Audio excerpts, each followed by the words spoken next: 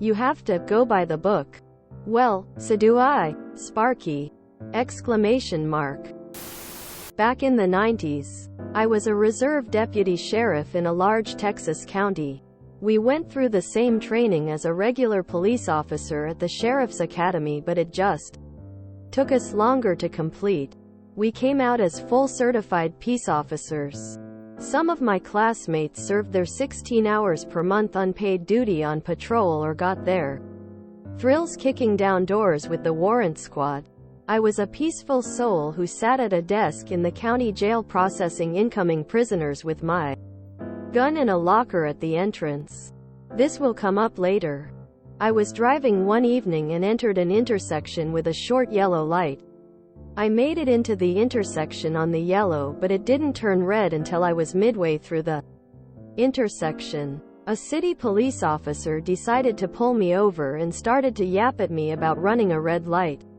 I simply said that I entered the intersection at yellow, which is not illegal in Texas. He said, "Well, you can tell it to the judge. I want to see your license and insurance." As I was getting my license, he must have seen a glint of metal in my wallet. I didn't go the way of the brother officer routine, so I didn't make an issue of it. But as he asked, "What's that?" I flipped open my wallet and showed him my badge and sheriff's office ID. He said to me, "Oh, you're a cop, too. Bet you would feel silly if I gave you a ticket." To which I replied, "You do what you gotta do," which annoyed him. He then told me he had to go by the book. So he took my driver's license and insurance back to his car, and I could tell he was yucking it up with his partner for about 15 minutes. He then told me I could go without a ticket but to watch my driving. Here's where the malicious compliance comes in. A few weeks later, I am sitting at the intake desk at the county jail, which processes and houses city and county prisoners. And who, of all people, walks up with a clearly disheveled drunk? Yes, it was Officer Badass. Oh, he proceeds to tell me that the guy has no ID and asks me to take him as a John Doe intake as a courtesy, even though the drunk was so coherent that he couldn't even give his name or date of birth. Obe still hadn't recognized me, so I said, "Bet you would feel silly if you had to spend the night here with this one drunk." His eyes got wide and he stammered an apology. After realizing who I was, saying that he was just breaking my balls and didn't mean anything about the traffic thing, I just shrugged my shoulders and told him that I had to actually go by the book. As well, the John Doe courtesy was at the booking officer's discretion and I wasn't about to extend it. I told Obe that there could be out-of-state warrants for him which would make him a county prisoner, or federal holds on him, which was murky as to if the city or county was responsible for his processing, or just the current charge of drunk and disorderly, which was a city matter. Now, yes, I handled all paperwork for any prisoner coming in, but without knowing his ID and wants or warrants. I didn't know what paperwork to fill out or to which floor of the jail to send him.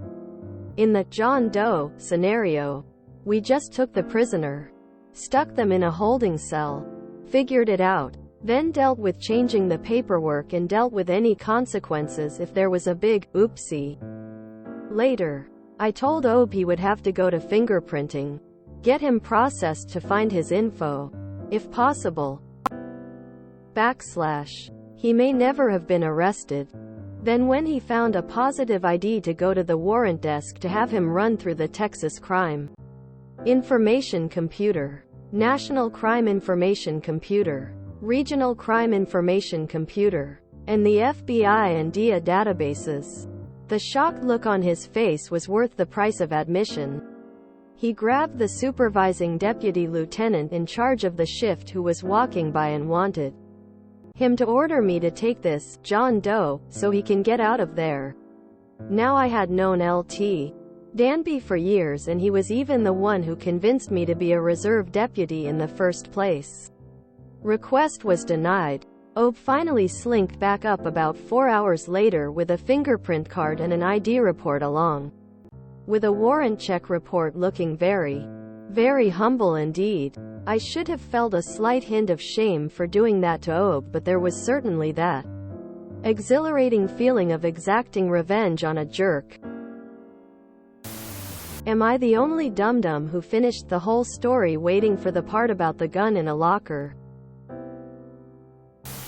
What happened with the gun in the locker? This will come up later. Question mark. I'll bet he regretted not giving you the ticket. Just trying to understand. Did people go to this training and work free 16 hours a month? What's the benefit? Just the fun and bragging rights?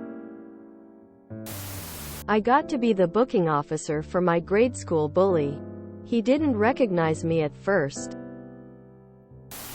Not compliance. But it was malicious. He didn't give you a ticket. You did make him jump through hoops. I read Obe as Officer Obi. Were there any photographs with circles and arrows on the back of each one? No follow-through on the gun, and you made the guy's life a nightmare even after he didn't give you a ticket. You sound like the jerk in this scenario, and I can't wait to hear a cop come on here and tell about the massive pile of tickets he gives a volunteer sheriff. His justice boner wasn't so big after you slammed the rulebook shut on it. As a former book-in officer in a Texas county jail, been there done that, have the t-shirts and the coffee mugs. Tears of joy, I'll venture a guess and say Harris County. Courtesy, interesting word for breaking the law. I feel like this was written by AI almost. Was this generated by ChatGPT?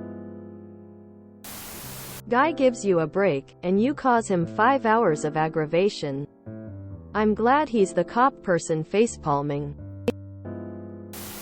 Geez, 1312, even in their own hero stories. This is sad. Hashtag a cab especially corrupt RS Co-Sheriff's Department Russell KS. Ha, brilliant. If you enjoyed this video, please check out our playlists full of similar content. Epicaricast is like doom scrolling for your ears. Please like, share, and subscribe.